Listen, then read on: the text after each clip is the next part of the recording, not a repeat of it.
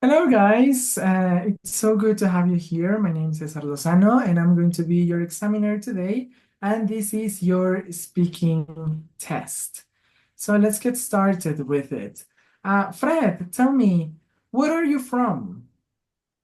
I was born actually in Mexico City, but I lived most of my life in the state of Mexico, and I just moved here when I was in my second year of high school. So I would say the metropolitan area of, the capital.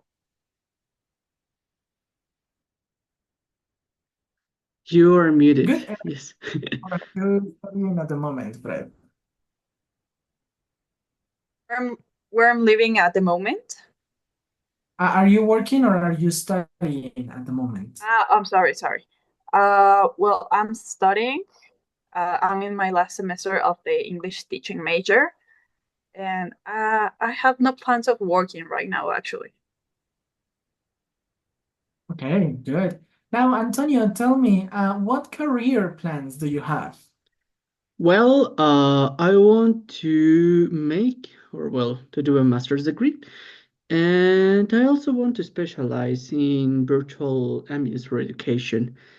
I know that specialization is just for mathematics, but I want to search the way to get in there because it's fun and I like it a lot. Yeah. Okay, good. Now, based on that answer, then I have another question. How ambitious do you think you are? I think I'm not that ambitious, but sometimes it seems that I am far more ambitious than others. I don't know how to explain properly, but mainly it's just that from my point of view, I'm not ambitious, but from the point of view of others, I am ambitious.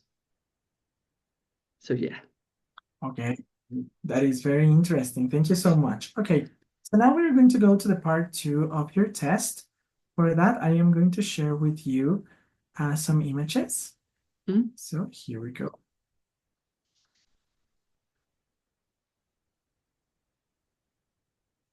Okay, please let me know if you can see my screen. Yes, we can.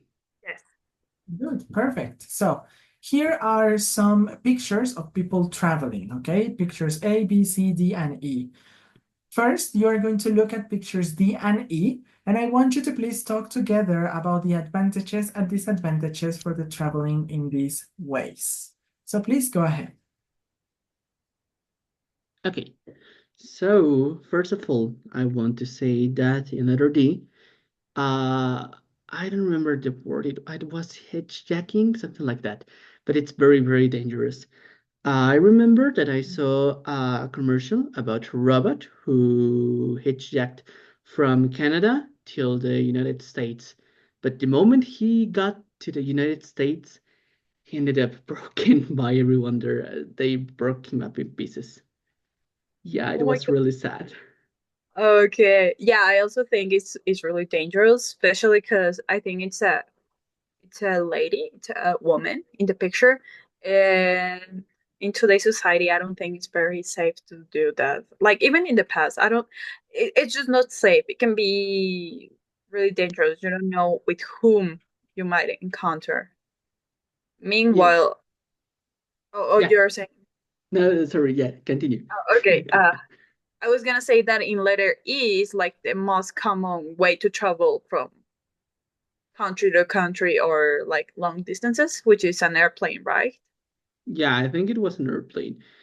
Initially, I thought it was the metro, but no, it's an airplane. And I don't know, do you think it is safe? Alrighty, thank you so much. Ah, Now, please, now you're going to look at all of the pictures and you're going to imagine that you are involved in producing a short film about traveling experiences that young people today might find appealing. These pictures show different travel experiences that the film might focus on. So together, you're going to talk about what is appealing about the different ways of traveling that are shown in the pictures, and then you're going to decide which way of traveling the film should focus on as the most appealing to young people today. So please go ahead. Okay. yeah.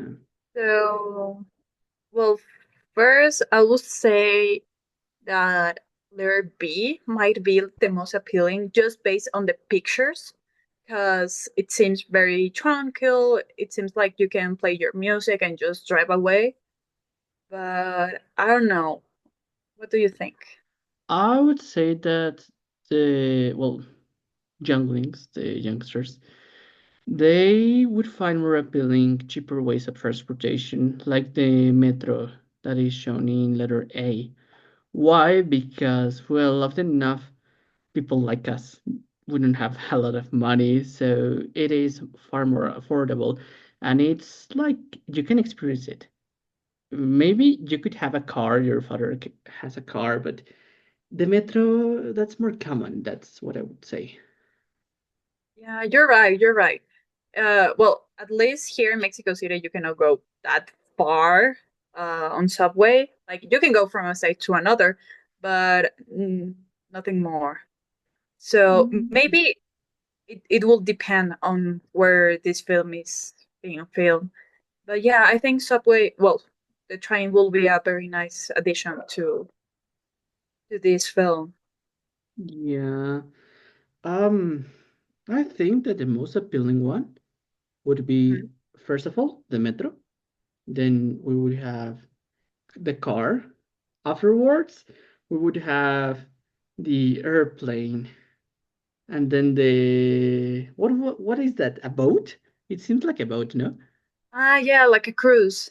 Like a cruise, yeah. And finally, hitchhiking. I don't think anyone would hitchhike in these days. No, everyone knows that's not very safe. Like, I don't think anyone will do it.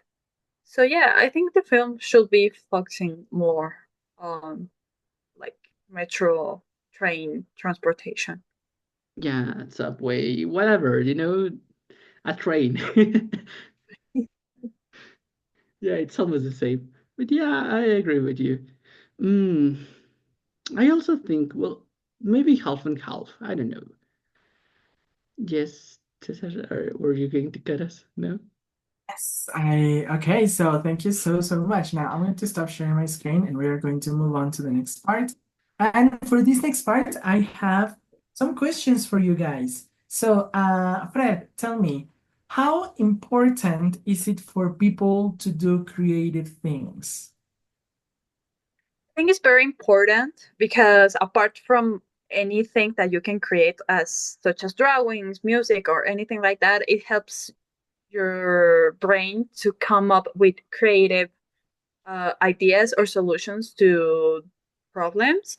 So it's a good exercise. It's not only about the aesthetic things that you can make, it's also about like training, kind of training your brain to go to different paths, to try to go to different areas that you usually wouldn't go to. All right, perfect. And Antonio, tell me, is there something creative that you would like to be able to do, but you can't? Drawing. Yeah, I would love to draw. Unfortunately, I'm not able to draw not even a smiley face. I have been trying so hard for many years, but I don't know, my drawings are terrible, and often enough, whenever I try to do an actual drawing, it ends up looking like the third, fourth version of whatever I want to do. So yeah, I mean, it's okay, but I would really love to draw. Okay, Yeah. perfect. Thank you. And now, Antonio, tell me also, in what ways do you think it is important to be practical in life? Well, I would say that mm, maybe it's important to be practical in life whenever we're doing something that require us to be more efficient. For example, if we are working in a factory or if we are doing something, I don't know, that revolves around physical labor, it should be practical. We shouldn't go the hard way. We should try to make it more efficient, to make it far better. Maybe there can be a disadvantage with this, but I think that it's just that having this efficiency whenever we're doing something makes it far better for everyone. Makes it, how can I say it like this? It just, it gets a little bit less dirty, let's say it like that. I forgot the word. But yeah, Alrighty, good. Thank you so much. And Fred, tell yes, me, sir. would you describe yourself as a practical or creative person or both? I will say both because I have learned, well, I was usually a creative person, but I have learned that sometimes it's not that necessary and you just sometimes you only need to get the job done and not like sometimes you lose a lot of time by doing creative stuff or creating new things or for example for class you lose a lot well you use a lot of time doing activities and presentations and everything to look nice, but sometimes you only need the class to work. And it's better for your mental health to just do that. So I think depending on the situation, I will be either practical or creative. All right, perfect. Thank you. So we are almost reaching the final part of your examination. So for the last task, I want you to discuss, please, two things. First, can people learn to be creative or does it have to come naturally? And second, is too much or too little importance given to creativity in the modern world? Now, for this, you are going to have 4 minutes, so please go ahead. Thank you. Well, I would say that one is able to learn creativity, but not in the sense that we're thinking about, more like improv. I don't know if you have heard of that. You can learn to improvise, to do certain things out of out of nothing.